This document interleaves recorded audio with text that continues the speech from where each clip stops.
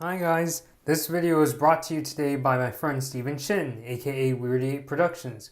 Visit his channel with the link in the description to see his short films and his movie and cartoon compilations.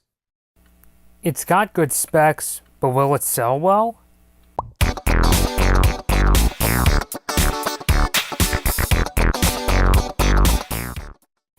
Alright, hey guys, Blood Moon Bobby here, and at long last, the Atari VCS Indiegogo campaign is taking off. In case you do not know, the Atari VCS is it's both a retro console that plays the old Atari 2600 games, but it's also modern in that it can play some like modernized games. And this has been promised for a really long time by the people who now currently own the Atari trademark.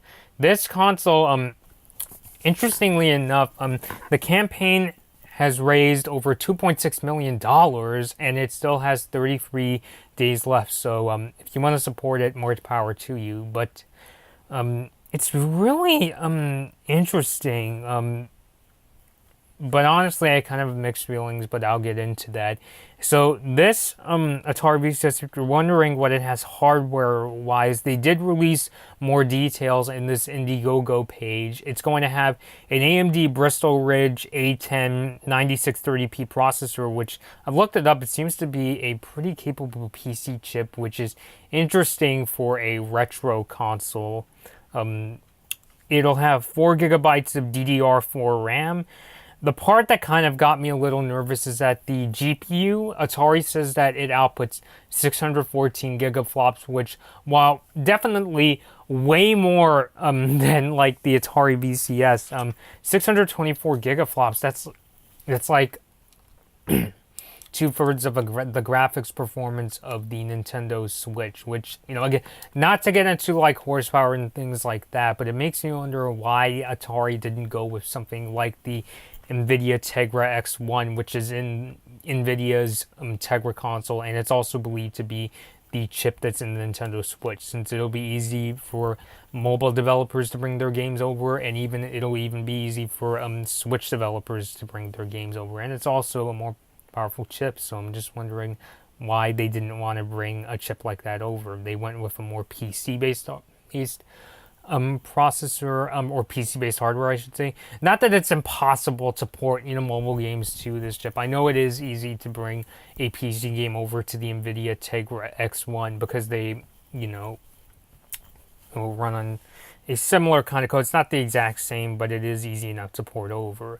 But hardware aside, it's basically able to handle like lighter PC, or I should say lighter mobile games, and of course it'll be able to handle pretty much all of Atari's games going back. Like it could even play like Atari Jaguar games if they really wanted to bring those over to the VCS.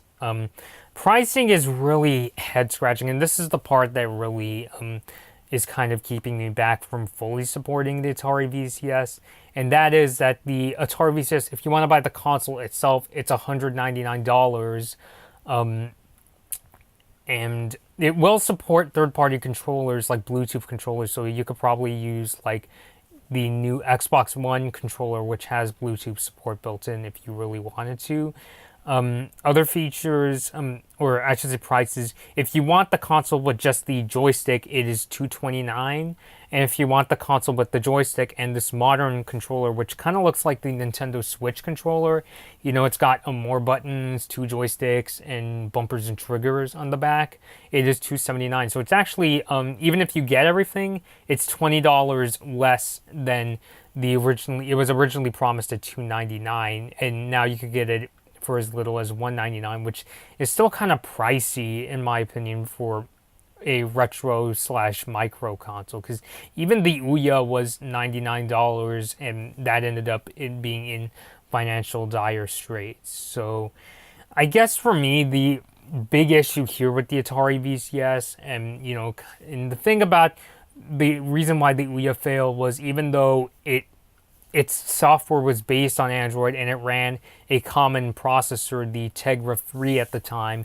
the thing was, it was still its own ecosystem. It wasn't, part of Android. It didn't have the Google Play Store built in. So, developers couldn't just say, oh, well, we don't have to port. We don't even have to do porting. It'll just get its games from the Google Play Store.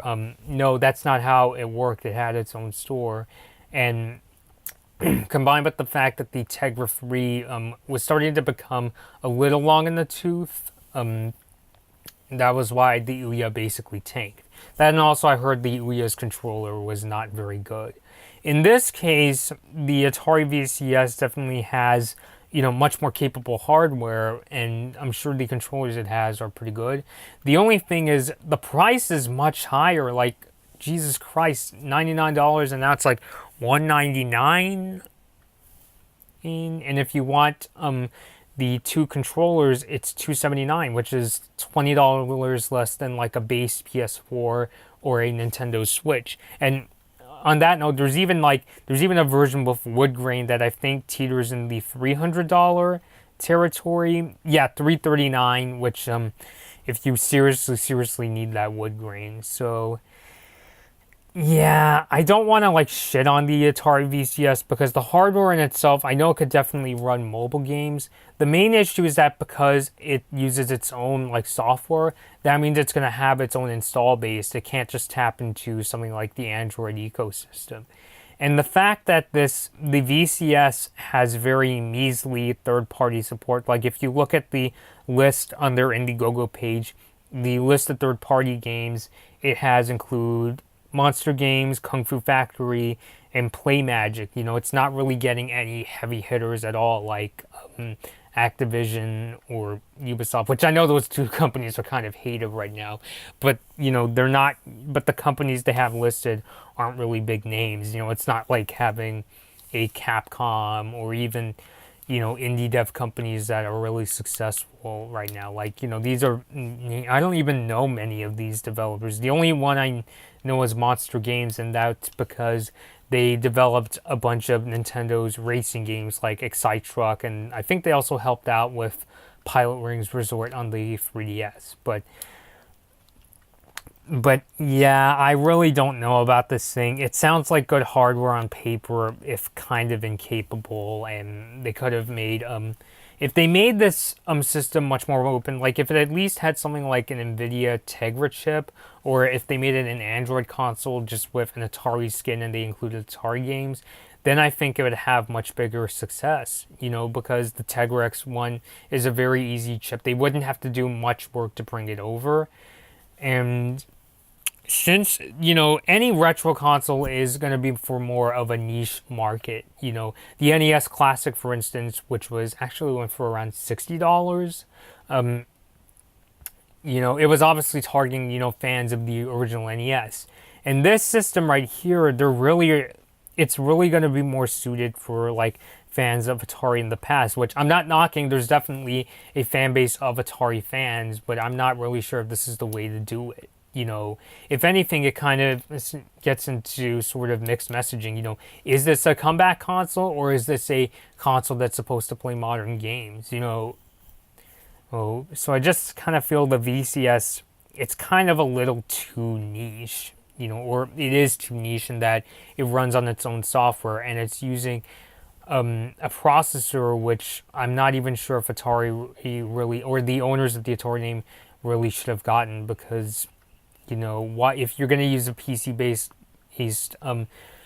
processor that isn't anywhere near as capable as something like on a gaming rig, why do you need this thing? Why aren't you getting something like a more mobile-friendly processor? So that's where I'm kind of leaving it with the Atari VCS. I personally don't know if I'm going to get one, especially at that price. I don't think I will. I'm sure, as is, the system is going to be good, but I don't know if it's going to be a success. So, alright guys, this has been Blood Moon Bobby, and please let me know your thoughts. Are you going to get a VCS? If you're going to get one, whether it be for nostalgic reasons or just to see if this thing is capable, more power to you. It's just that with where I am right now, I'm not really sure if I'm going to drop $199 even for the base system.